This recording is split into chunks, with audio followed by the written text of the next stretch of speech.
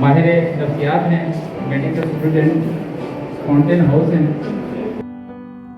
جو یہاں آئے اور اپنے خیالات کا اظہار کریں. ڈاکٹر عمران عقیدہ.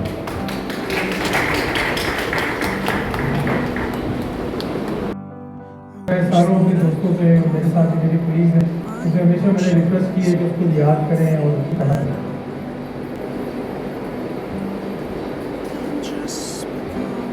کریم کا ذکر اللہ تعالیٰ اس میں جس طرح کرتا ہے اور اس کی کتنی خوبصورت بات وہ کہہ رہا ہے. وہ کہتا ہے کہ ہم نے تم میں سے ایک ایسا نبی بھیجا ہے کہ تمہیں جب دکھ ہوتا ہے تو اسے دکھ ہوتا ہے.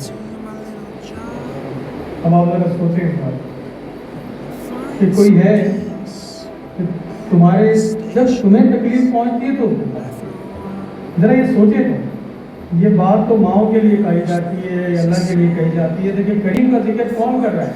کر کون رہا ہے؟ جو مالک ہے خالق ہے کہ تمہارے میں سے یہ پیدا کیا. تو یہ ان کی امت میں پیدا ہونا ہی ہمارے لیے جو ہے وہ سب سے امپورٹنٹ بات ہے.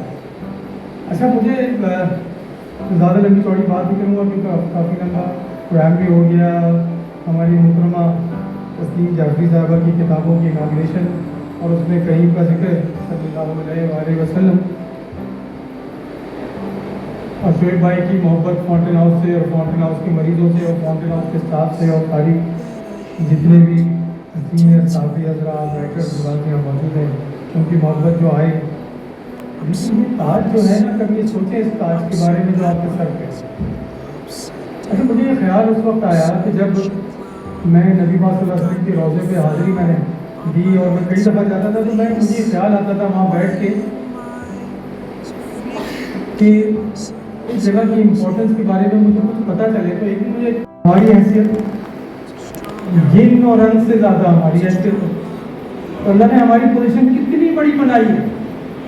اچھا پھر ایک چھوٹی سی بات ہے کہ جیسے شعیب بھائی نے اپنے مختلف قسم کی جو ایکٹیویٹیز ہیں اس کے لیے ٹیم سلیکٹ کی ہے اور اس میں ٹیم میں انہیں چنندہ رائٹرز اور جو ہے نا وہ بہترین لوگ چنے اپنی ٹیم کے حوالے سے جو یہاں کچھ بیٹھے ہیں کچھ یہاں بیٹھے ہیں. اسی طرح سے میں نے اپنی ٹیم سلیکٹ کی ہے، اسی طرح سے ہمارے بڑوں نے کچھ ٹیم سلیکٹ کی ہوگی.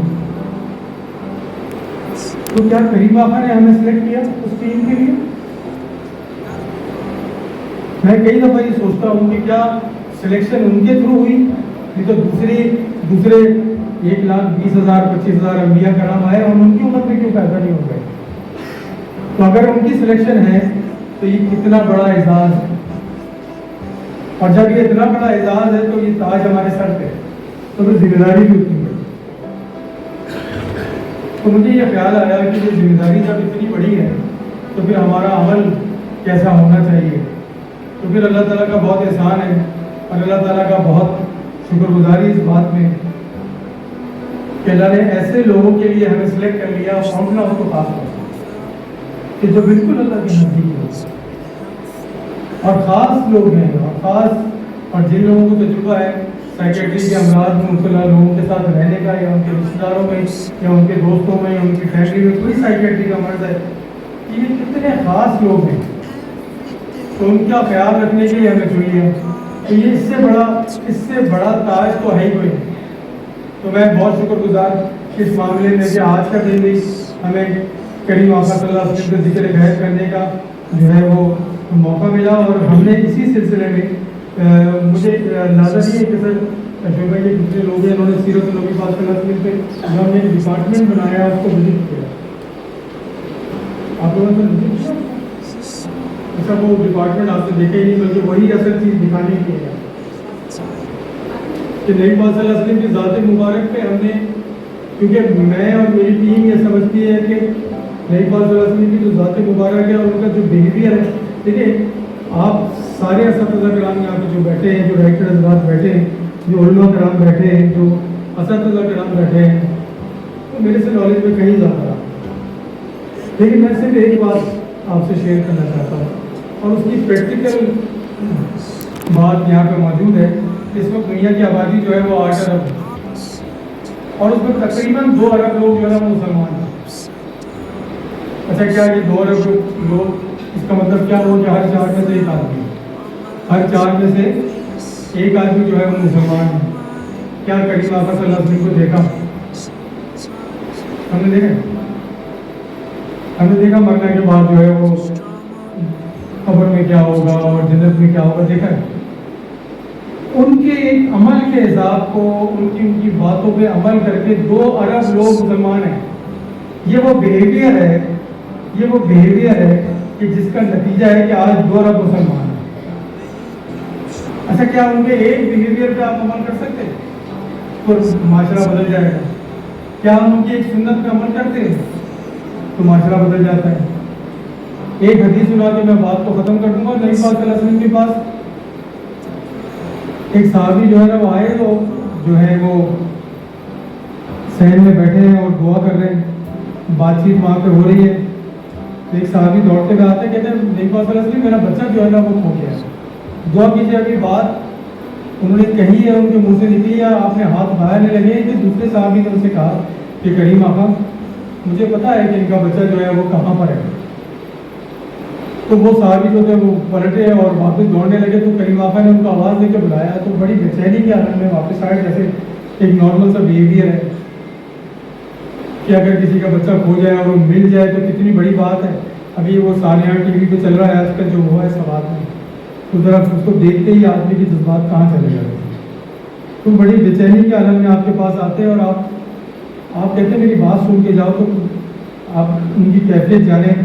وہ بیچ بھی تو کر نہیں سکتے تھے، لیکن انہوں نے پوچھا کہ نبی پاک صلی اللہ علیہ وسلم مجھے بتائیں، مجھے بڑی بے چینی ہو رہی ہے، میں نے اپنے بچے کو گلے لگانا ہے جا کے. تو کریم آقا فرماتے ہیں کہ وہاں تم جانا اور بچہ تمہیں ملے تو اس کو گلے نہ لگانا.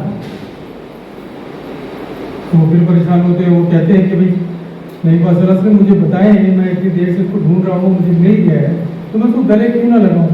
کہ تو وہاں پہ کوئی اور بچے بھی ہوں گے، ان میں سے کوئی یتیم بھی ہو سکتا ہے، ان میں سے کسی کا باپ جو ہے نا وہ بچھڑا ہو سکتا ہے، وہ کوئی کسی تکلیف میں ہو سکتا ہے. تمہارے گلے لگانے سے، تمہیں چومنے سے، تمہارے پیار کرنے سے اس کو دکھ نہ پہنچے. کیا یہ ایک سنت پہ ہم عمل کر سکتے ہیں؟ اگر ہم عمل کرنا شروع کر دیں تو معاشرہ بدل جائے گا. ہم اپنے مریضوں کا خیال اسی طرح رکھتے ہیں. ہم یہ سمجھتے ہیں کہ ہماری فیملی ہے، اور فیملی میں کوئی اچھا کوئی برا موجود ہوتا ہے. 10 دفعہ کوئی شخص یہاں پہ اس کا پیشاب اگر نکل جائے تو ہم کبھی اس کو نہیں کہتے، کبھی اس کے منہ سے لال رہتی ہے تو ہم اس کو خود صاف کرنے کی کوشش کرتے ہیں. ہماری بہنوں کے سروں پہ جوئیں ہو جاتی ہیں. تو کبھی ہمارا اسٹاف جو ہے نا وہ جو یہاں بیٹھا ہے، آج شعیب بھائی نے جو ہے ان کو ایوارڈ بھی دیے ہیں، تو کبھی ان کی ماتھے پہ شکن نہیں آتی. یہ ہیں وہ اللہ کے خاص بندے جو آج ہم نے یہاں بلائے ہوئے ہیں، اور انہوں نے جو ہے نا وہ اللہ کے خاص بندوں کا خیال رکھنا ہے.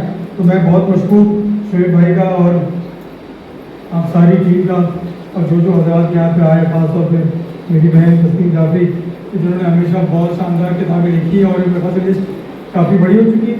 تو اللہ تعالیٰ آپ کو جزا دے. اور جس طرح سے سر نے کہا کہ نبی پاک صلی اللہ علیہ وسلم پہ لکھنا ہی بہت بڑی بات ہے، میں سمجھتا ہوں اس سے پہلے ہی ہماری سلیکشن جو ہو گئی ہے یہ بھی بہت بڑی بات ہے. اچھا، جس دن سے مجھے اس بات کا اندازہ ہو گیا نا کہ میری سلیکشن جو ہے نا وہ بہت خاص ہے، تو میں نے صرف ایک چھوٹا سا کام کرنا چاہیے.